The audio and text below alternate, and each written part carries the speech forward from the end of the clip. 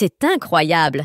Toujours ces pays en faillite, bloqués dans leurs propres crises sociales, politiques et économiques, qui trouvent encore le temps de se mêler de notre Sahara marocain.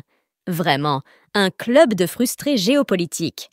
L'Algérie est le sponsor officiel du Polisario depuis 1975, qui jure pourtant ne pas être partie prenante.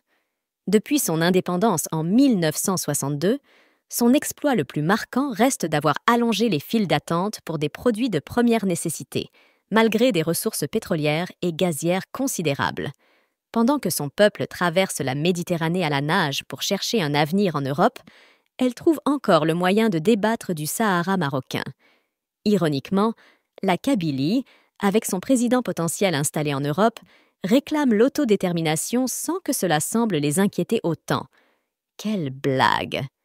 L'Iran, il y a quelques mois, a envoyé cette couleuvre à l'ONU pour discuter des provinces du sud marocaines. Oui, l'Iran, un pays où les problèmes s'accumulent tellement qu'on dirait qu'ils tiennent un concours pour savoir lequel prendra le dessus.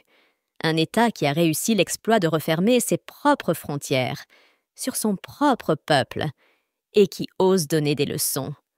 Passons à la Russie.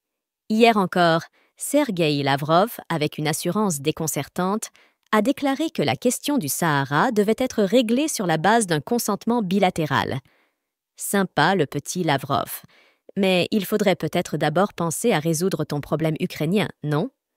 Parce que pendant que tu distribues des conseils, chez toi, c'est littéralement la guerre au sens propre.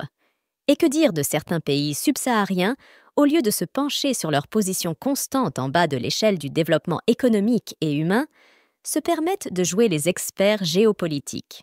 Tous ces pays en crise, qui sont des dictatures bien installées, tentent de cacher leurs échecs en se ralliant à des causes imaginaires.